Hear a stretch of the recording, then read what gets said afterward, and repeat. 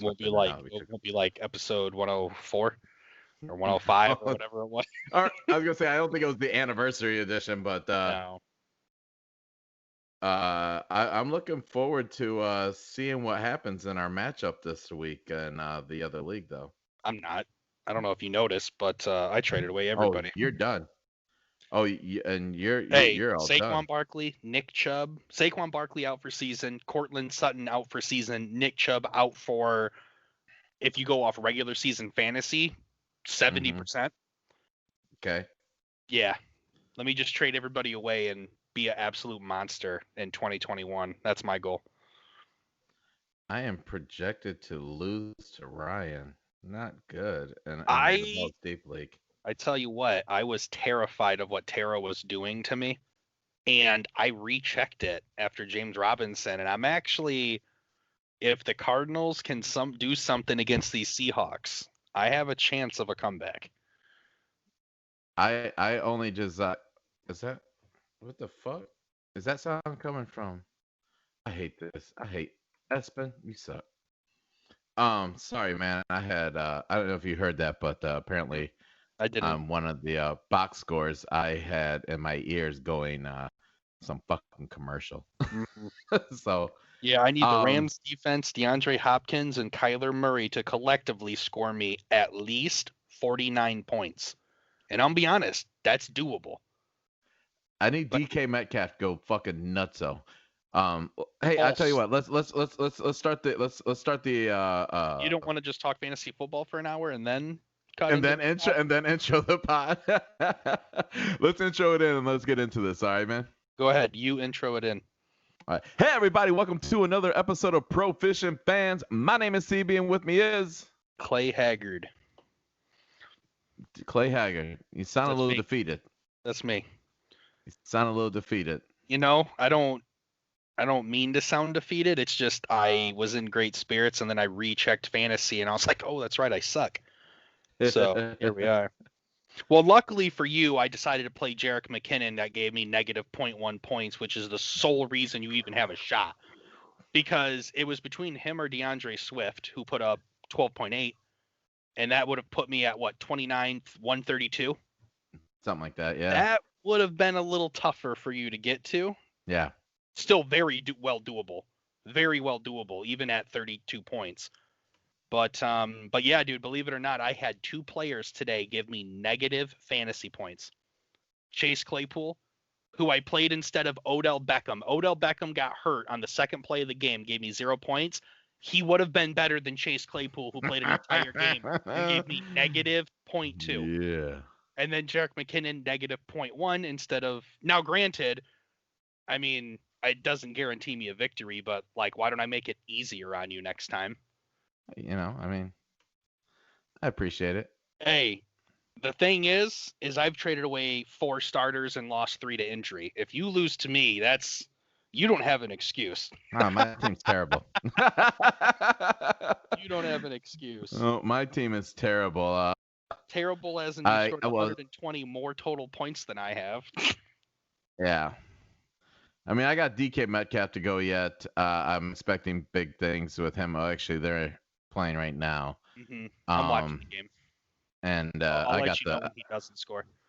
I was gonna say I got the Dodgers and Tampa Bay on right now. So Lockett, touchdown. Good job. Ooh, no DK. I have. That's all right. I have Lockett in another league. I have Lockett in my dynasty league actually. So that I think hang on. Oh, never mind. I thought that touchdown won me the week, but he has John Brown, who's not playing because he's hurt. So thank God he didn't pay attention to his fantasy team this week. And he has Kenyon Drake. So I have Tyler Lockett right now, and I still have Cooper Kupp tomorrow. Okay. And I'm already beating him by 6. So unless Kenyon Drake puts up 40, I think I'm safe. Hey, getting off of fantasy real quick. Just want to welcome you back to Kalamazoo, even though I haven't seen you yet.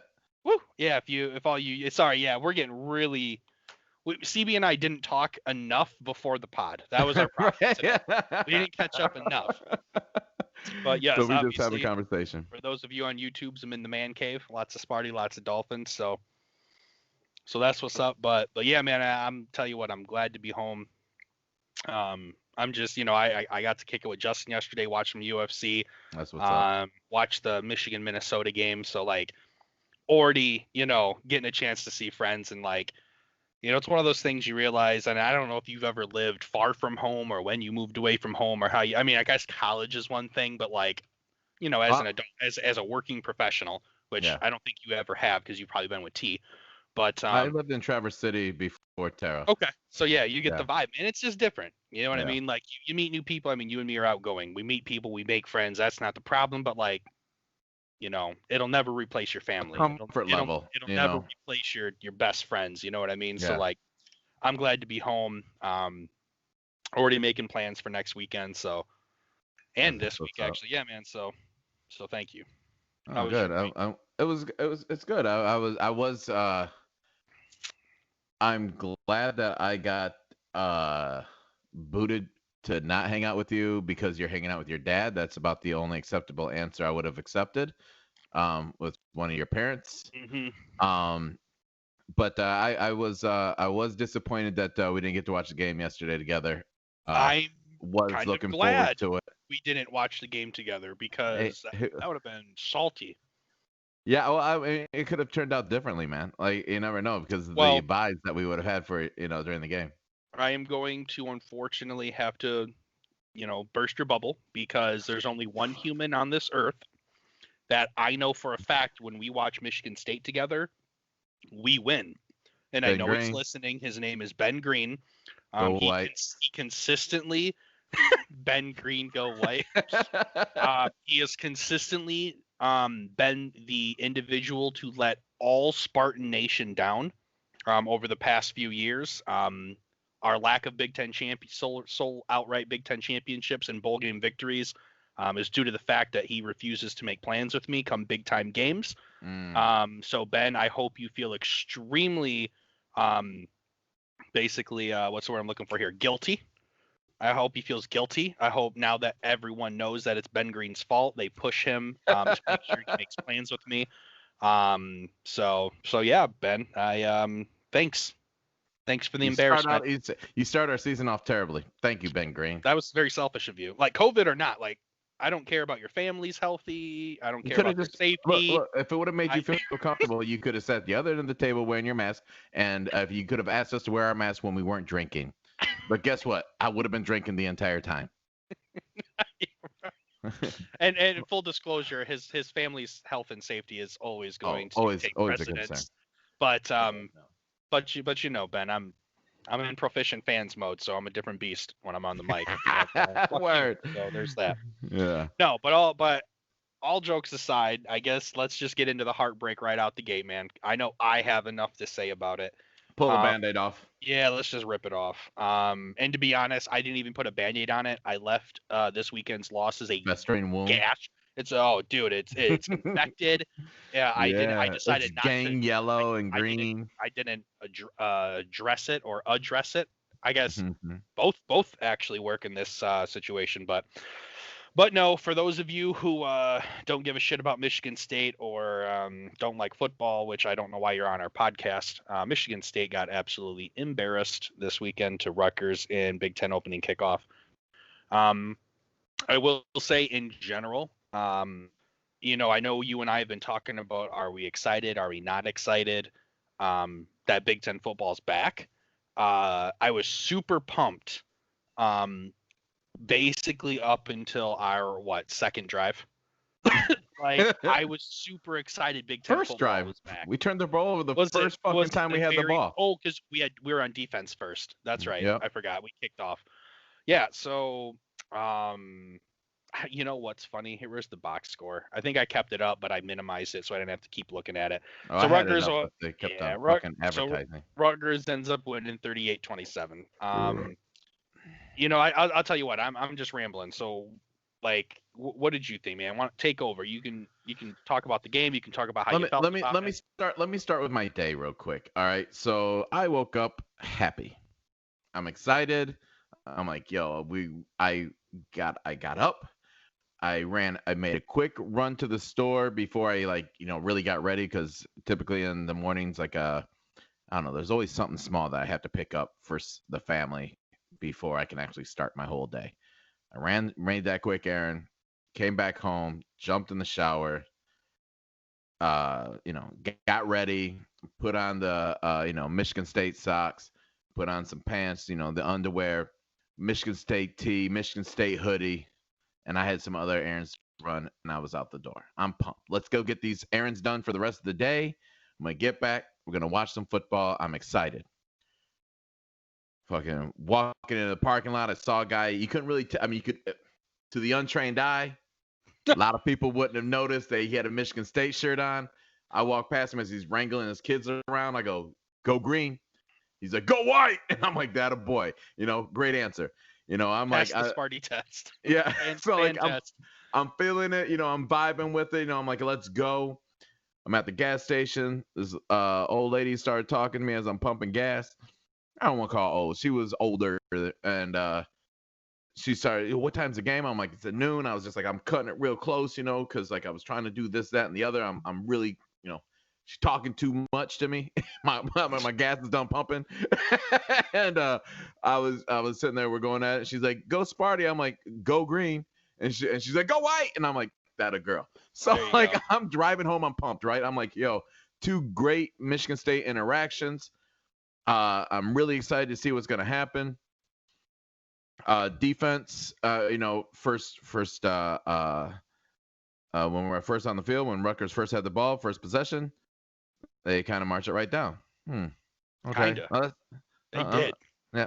I'm like, okay, man, yeah, that sucked. Jitters. Fuck that. Right. We going to bounce back. I did something. I ran upstairs to take care of something for one of the kids.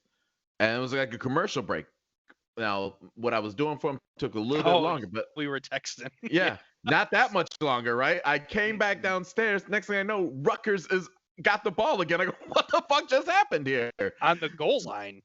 Damn near. I was befuddled what happened there. So I'm like, okay, I guess we fumbled it through a pick, and then they end up telling. It just, I was like, okay, I thought we had more to show.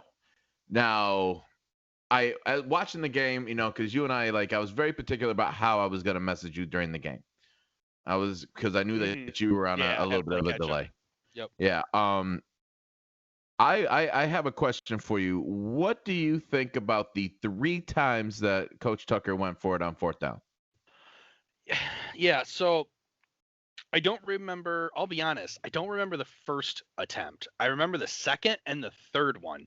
But generally speaking, let me talk. I guess, okay, going for it on 4th down in general. So there's only a few times I find that appropriate. Obviously, 1, you're down near the end of the game, got to score points. Makes sense. I would rather you go for it on 4th than not. Always and forever, I'll support that decision. If you don't get it, well, shit, it is what it is. Mm-hmm. But I'm pretty sure the very first one, now that I think about it, was it in the first quarter? Mm-hmm. And I think it was pretty early into the game. I think we were down. Early. I think we were down 14-0 actually, if I'm not mistaken. And we went for it. And part of me was kind of like, okay, I like the bold call. But then the other part was, I think we're around the middle of the field. We hadn't really been driving. Like, we hadn't been putting consecutive passes together. You know what I mean?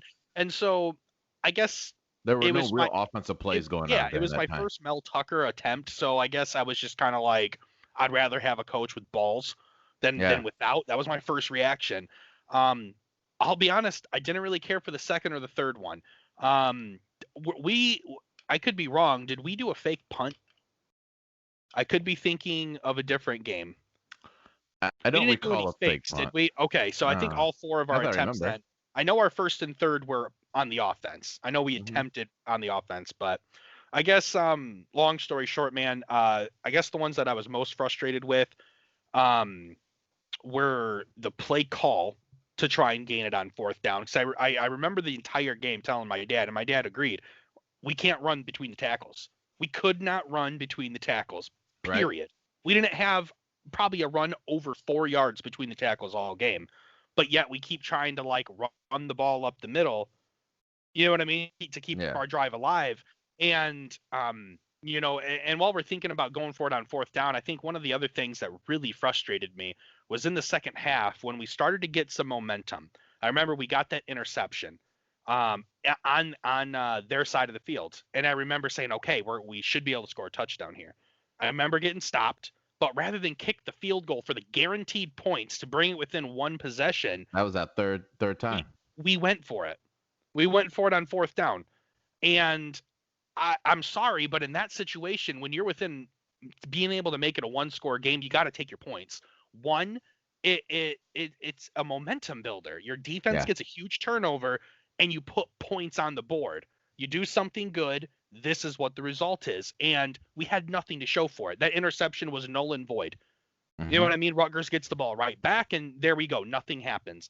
And so I thought Coach Tucker did a really poor job of keeping that momentum alive, and I thought he made calls at the wrong times. Yeah. The first two, I was like, all right, you know what? Trust your offense. You got to build confidence right now because there's no confidence in that offense. Zero. First two, I really felt that was just, hey, I got confidence in you to make this happen. Go for it. The third one, when he sat there and when the offense didn't lead the field and the field goal team didn't come out, I'm like, the balls of this fucking guy right now. Yeah. Like there was never a part offensively. Now, Rocky threw for 319 yards. So, I mean, I get it. He's having a good yardage game, passing the ball, average 7.4 yards a catch. But I just didn't see that was the right thing to do. It didn't make sense at all. I should be on Big Ten Network. I'm sorry, people, if you hear this. I'm hearing it in my ear. No one does. You're good. All right. So I get that he, statistically had a good game, but I thought that he didn't have a great game. There was mental. I know I mentioned something to you, and you thought that he had a good game, which I thought statistically he did. I mean, 319 yards, but I mean he was like 31 of like 43. He had 2 picks. He had three touchdowns. But I felt like the misses weren't on you said the receivers ran the wrong pattern, but he threw it behind those guys every single time too. When they threw it to, I mean, like, I don't know. It was either they were just on a different playing book. One thing to note, Jalen Naylor missed, unless it was Rocky Lombardi, every time Naylor did 3 routes wrong, 2 of which were not back to back in the same drive. That's why I'm led to believe that Naylor was making some mental errors, because he was the only one. Like, he wasn't even looking for the so maybe I'm wrong, but I'm led to believe from what I was hearing and seeing without hearing what the coaches were talking about, it appeared as if Naylor was missing some assignments. The other one was Jalen Reed, I think. Jalen, right? The transfer from Western Michigan, who also had actually a couple turnovers. And so, I'm willing to give Rocky the benefit of the doubt on those. I didn't do any reading. Very well could have been fault on him. And if it is, it does change my opinion a little bit. But I guess from what I was seeing from Rocky, I didn't just see anything that made me feel like he was directly hurting our team in the sense of that's why we lost. He did throw 2 picks, but when you have 7 turnovers, only 2 of them are interceptions, and one of them was a fumble, which was pressure from behind, completely blown assignment from his running back. Hold on. That was, I mean, that's not, I was going to say, I'm cutting you off, and I'm meaning to, but not meaning to. That wasn't the only time that he got pressured from the back. He got pressured from the back numerous times, and he has no awareness from that game. I know I can't. I know I can't go on about what the rest of the season is going to be, but yesterday's game, there was no awareness of what's going on around him. You look at all the great quarterbacks. whether it be in college or NFL, they could, you feel that presence of getting ready to get smoked from behind, Mm-hmm. and I didn't feel like that awareness was there. I mean, he just numerous Well, times he got hit from the back. it's either one of two things. Either one, he trusts his blockers too much, because if you think of, like, let's use Tom Brady as an example, because to be quite honest, Tom Brady don't get rocked too often. Right. One, his awareness is off the charts. That for sure. So I don't want to take what you just said and sweep it under the rug, because that 100% still is a huge trait for any player on the field, defense Mm-hmm. or offense, any position. Awareness is a huge factor. But either one, he's trusting his blockers too much, or two, well, shit, what was, I literally just had two things in my head. I'm sorry. I kind of just, yeah, I lost my second one. It was, one was Cocaine's a hell trusting of a him too drug. much, and two, I guess here's another thing that I think of when I look at it, though. Obviously these are still young men. These aren't pros. They're not going to be perfect at everything they do. Um, but I guess in a sense, I would rather. Justin Fields is. Well, we already, Justin Fields is also a top 5 draft pick. So Yeah, I know, right? put Justin Fields at Michigan State, I'm sure we wouldn't have had 7 turnovers. I guess my whole thing, man, is like, I guess I'm willing to give him the benefit of the doubt. We didn't see him have blindside, unaware mistakes last season. Last season was his inconsistency, like his arm accuracy, I felt like he just wasn't ready to be a starter yet. And that's what we saw from him. Mm-hmm. As far as the pressure we got, one, let's just hope and assume that Greg Schiano, coming back to Rutgers, this is his first year back since like 2006 or something like that. Yeah. Let's just hope that whatever the fuck he's doing out in New Jersey is purely his doing.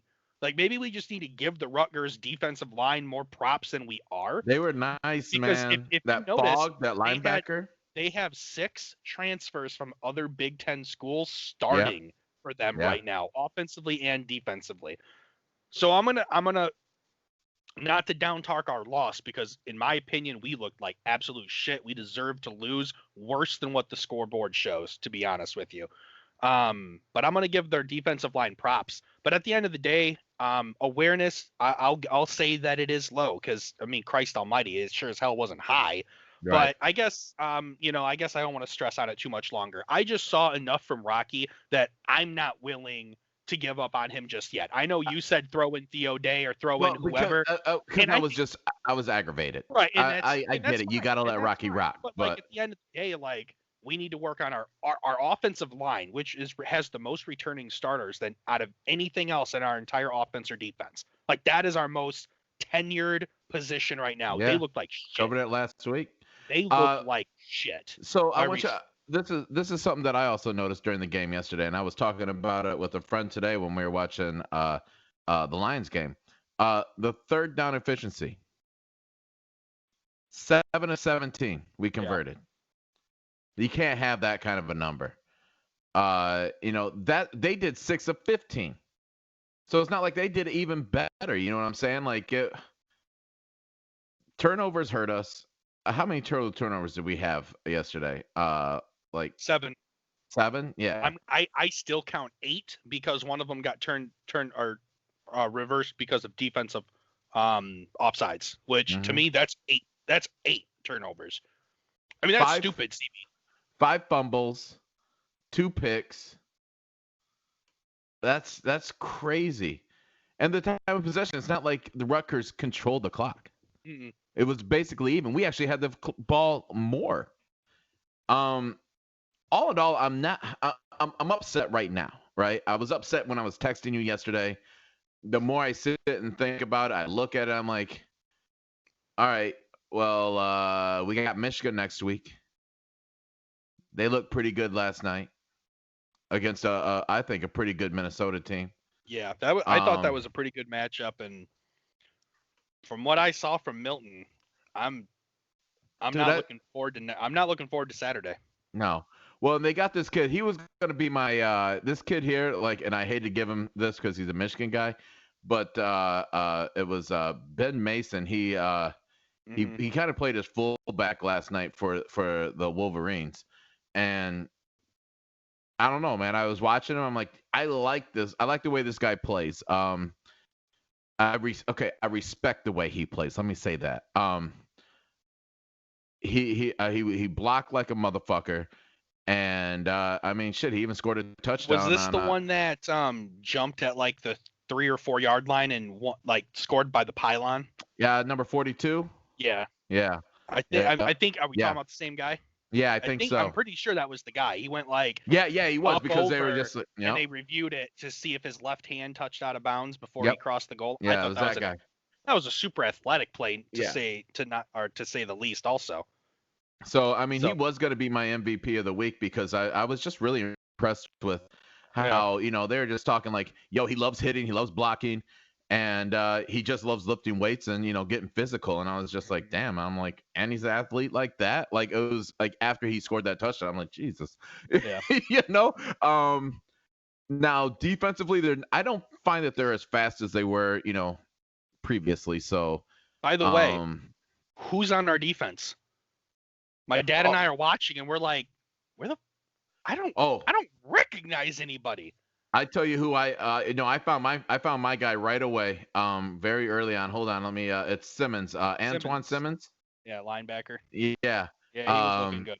I sat there and I was looking at him. I'm like, man, I'm like before he even made an impact in anything, I go, that's my guy. Yeah, and you And already know position I played, so like you yeah. already know I was eyeing my linebackers just to Yeah. kind of see how we were playing, and yeah, he looked pretty good. Yeah, he was solid. Now, he might need to get longer spikes because he was tripping all over that motherfucker. But Hmm. uh all in all though, I was pleased with his play. And Naylor, besides the miscommunication and passes, I thought he looked really good yesterday. Um, the running game, I'm a little confused there. It was just so inconsistent that I didn't know like which what like Collins and Hayward. I don't think either one of them are showing that they should be starting. Hmm. You know, um, Yeah, and you know what else is I like kind of makes me salty? My dad and I were talking about it too. We were like, didn't Cameron Hayward go into the transfer portal? hmm And I'm like, and he why is came this back. dude all of a sudden back? And I know maybe because of D'Antonio, and he was like, you know what, I'm gonna stick around, or no one else wanted him. But like at the end of the day, like, I, unfortunately, I was unable to get past my grudge against him for wanting to not be a Spartan. So I have a really tough time getting behind him and supporting him. So like, if there's ever situations where he's struggling, like my go-to is gonna just be to sit his ass. Like, fuck I you, I get think I off. think I, th- I think in a situation for him though, I mean, I'm not trying to just shoot him bail, but I think in a situation like him, like where your coach is leaving and you don't know where you have a position within the new coach, Hmm. you're looking for, hey, am I gonna be the guy? You know what I mean? Because he Yeah. was the guy for Coach D, Hmm. and you're just like, yo, I don't know if there's a place for me in the new offense with the new guy coming in. Hmm. And that's the reason I feel that the reason why he ended, I don't think that it was a nobody wanted him situation. It was more of a Yeah. Coach Tucker had the conversation of, this is where I see you in our offense. Can you see yourself doing that? Yeah. And that's where he just, all right, I'm staying here. Yeah. I mean, I don't know. I wasn't in the room. I wasn't part of that conversation, Yeah. but that's the only thing I could think of why you would pull yourself out. I Yeah. don't think it was because he wasn't wanted, because he's a solid No, running I back. know. I was more so just like he Oh, wasn't feeling frustrated like because you. he didn't want to Yeah, be a Spartan. Yeah. basically. Yeah. So, but yeah, just shout out your boy Antoine Simmons, 4 solo tackles, 7 assists, which he led the team with 11 total tackles. 3 of those tackles were for loss. Yeah. So, He was busy. yeah, and a fumble recovery. He was Yep. part of one of the fumble recoveries. So yeah, man, like I'm definitely looking forward to seeing him Progress. grow and hopefully progress. The only other thing I wanted to bring up about Michigan State before moving over, obviously, as you can see, I put like why I already hate Mel Tucker. Um, and part of this, it's not just the loss. So there's one thing, and I don't know if it's ever been on recording because we weren't recording back when this coach was with the Miami Dolphins, but as a coach or as a leader on the team, there's one thing that has just always drove me nuts. And I can't stand when coaches show I don't want to say happiness, but like when things aren't going right. So after I think our fifth turnover, like obviously as if I were a coach, I'd be fuming. I would not be happy. And it really bothered me that we're down 2 to 3 scores and Coach Mel Tucker is over here on the sidelines clapping it up after like a missed field goal. Yeah. I'm sorry, I'm not about that life. You need like I would hope that at halftime he was in their ass. I think it's going to be some adjustments for us because I And mean that's what they were talking yeah, about was it, just that's his mentality of yeah, always staying even keel, no, fuck no that. high, no low. Nope, nope, not about that life. And I talked about the Dolphins. Joe Philbin, used to coach with the Packers. Then he was the head coach for the Miami Dolphins for the longest time. And there, I can't tell you, CB, how many times we would, stop a team on fourth down, but low key we're down like 42-17, and he's over there clapping and smiling because we made a field goal Right. because we couldn't score a touchdown. No, that's not acceptable. I feel like there needs to be a higher expectation regardless. Now, I don't want to just jump off the bandwagon because you and I have been very fond of Coach Tucker. I like how he approaches recruiting. I feel like Yeah. it's more not common, up to date, I guess. You know what I mean? Yep. Like today's way of approaching that younger generation. So like there's a lot of things that I'm still seeing that he's doing right. I guess I just don't want being mediocre to be acceptable in East Lansing. So That's what I don't want. And I don't want players to be like, oh, well, if you screw up, Coach Tucker won't be mad. Like I don't want that. I think I would like to see. I'm okay with the even keelness of okay, hey, like this, but then somebody's lost their job. Mm-hmm. Like, hey, this is all work. Hey, you don't do your job, you lost a job. It's not you can't stay even keel and not fire somebody. Yeah. It's kind of the way I'm looking at it. Like Yep. you have to fire somebody if you're gonna stay even keel. Just or you have to go the route of what you're talking about, and that is show emotion, whether it be negative or positive. Yeah. Where he shows positive, but when it comes to negative, he just Yep. stays straight. And it's still too early to know. If we start this season, we're 0-6 and he's still smiling and clapping, I'm going to have some real big problems. But let's say we go into the next game and he's like, fuck it, Theo Day, you're in. You're starting for us. You know what I mean? And starts changing things up and keeps that same mentality. I guess I can't hate him just because he's like, this is the kind of person I am. This is how I approach it. But you got to still do your job to keep your job. I think a big thing we have to realize that it's a brand. I mean, these aren't his kids. Not that Colorado was his kids either. Yep. But I mean, we were already on a decline. Yeah. Excuse me, before he even got here. Yeah. I mean, Ben and I were kind of talking about it. He was already like, start the recruiting. Like he was already basically saying we got to get into Mel Tucker's program, Mel Tucker's players. You know what I mean? So like, I know we still have a ways to go. And obviously like there's a lot of hatred spewing, but that's just because one, my passion. Like I can't stand to watch us be that bad. Like I can't. If that happens, it was hard to watch. I almost changed. I never changed channels, but I was almost to Justin's for the fight. If he would have been home before that game ended, I would have left. And I'm not that kind of guy. You know that. I'll sit in the stadium if we're losing and all the way to the clock at 0. Railed, and I'll be there. Yeah. And I'll be there. But this is, dude, what we just watched, I don't know if I've ever seen as a Michigan State fan. I don't know if I've ever seen.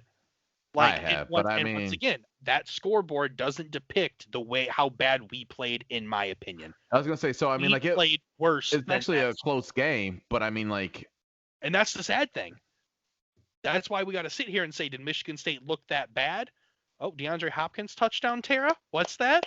Kyler Murray threw it to him, Tara. It's coming. But yeah, so. We'll get off that topic because we got a way more cooler stuff to talk about. But yeah, all I know is this Michigan game coming up Saturday, Sparty better get their head right because if they play like that this Saturday, it's going to be ugly. Yeah, I'm nervous. I'll be very honest with you. Yeah. As far as I'm Michigan looked concerned. way better. Michigan looked way better than what we did, and I am expecting. I feel bad about saying this, being a huge fan. I'm expecting to lose, Hmm. and hoping just not to get embarrassed. I've unfortunately been texting 0-8, and do I think we're better than that? Yes. Do I think we'll finish 0-8? No. We'll get a win. We'll get a win or two here or there. But if we play like we did, that's an Hmm 0-8 team.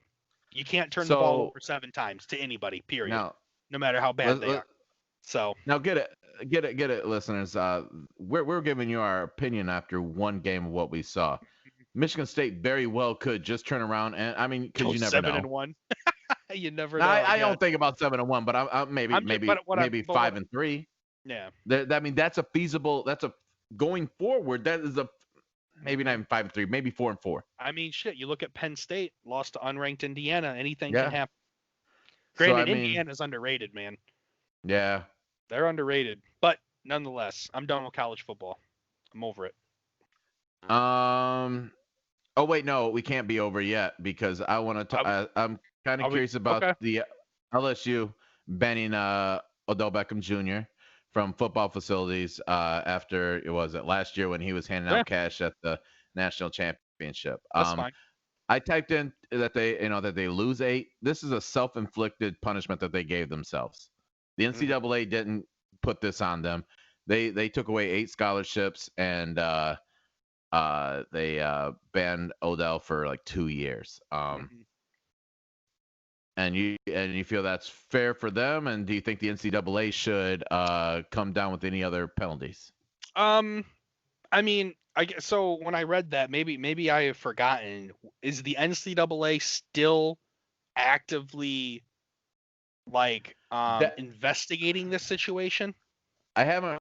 Well, So, because if they are an there's always an LSU, investigation going on, but I mean, like, I think that my guess, and this is just me guessing, is the NCAA said, figure out your sanctions of how you're gonna punish yourself, or we're gonna punish you for punish yeah. you. I mean, I guess where my head's at is if the NCAA and LSU behind closed doors are basically saying, look, like if you don't do anything about this, we will.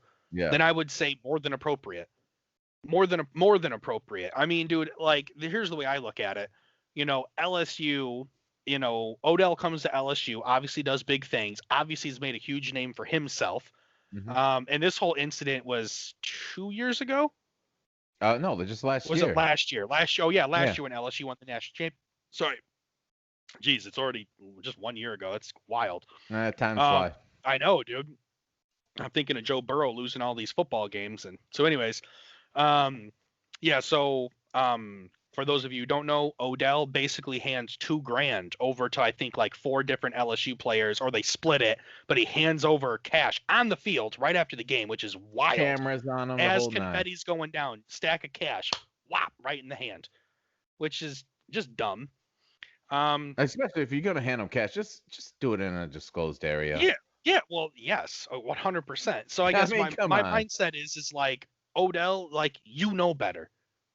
You know better. You Like, took cash, and guess what? The people that gave you, I don't know if he took cash, but if he took cash, guess what he didn't do? Do it on fucking camera after he yeah. won a big game. So, as far as banning him for 2 years, I think that's smart. I would honestly just say, as of right now, you're banned indefinitely until we feel as if we can invite you back. Hmm Don't come to our games. Don't come on campus. Like you yourself have now cost us as a university, us as a football program, and you've potentially ruined 8 young kids' collegiate futures because now we can't offer them an opportunity that they may not have had. Or you're hurting us because now these good players are going to go elsewhere because we don't have scholarships to offer these kids. Like it's a big deal, bro. We're talking millions. Like, okay, I'm going to kind of sum this up, but let's just say out of those 8 scholarships that they are now forfeiting, what if 4 of those players could have been Heisman hopefuls? You hmm would literally potentially just could have stolen millions of dollars from LSU, national championship opportunities, and you're not to mention you're just ruining kids' futures. So, Like now, I'm taking the grand aspect of it all. But my point being is it was just so stupid.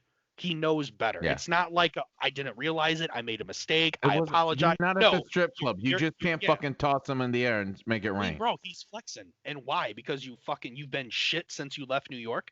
So you felt the need to flex on camera by handing out money. Like, I don't understand what he thought he was gonna gain. So, you know, whole thing staying with Odell Beckham Jr. He wants out of Cleveland. And I'm kind of curious. You feel like this is a just request for somebody of his I don't want to say stature, but capabilities of as a football player, as a receiver. If I were Cleveland, I would actually be ecstatic that he wants out because he hasn't done shit for Cleveland since he's been there. One, I don't think Baker Mayfield's all that good. so I'm like, I'm not saying, like, if you ask me, even though Eli is probably a Hall of Fame quarterback, which is still really weird to say, and it always will be. Probably he's a fucking Hall of Fame quarterback. Yeah, and he will be. But I'm saying, like, it's still weird to say. Like, even if you look on paper and you go 100% he's eligible, it's just weird. He just doesn't seem like a Hall of Fame quarterback. But my point being is that's the best quarterback he's had, and in my opinion, other than winning the big game over like New England, you know what I mean? Yeah. I thought Eli was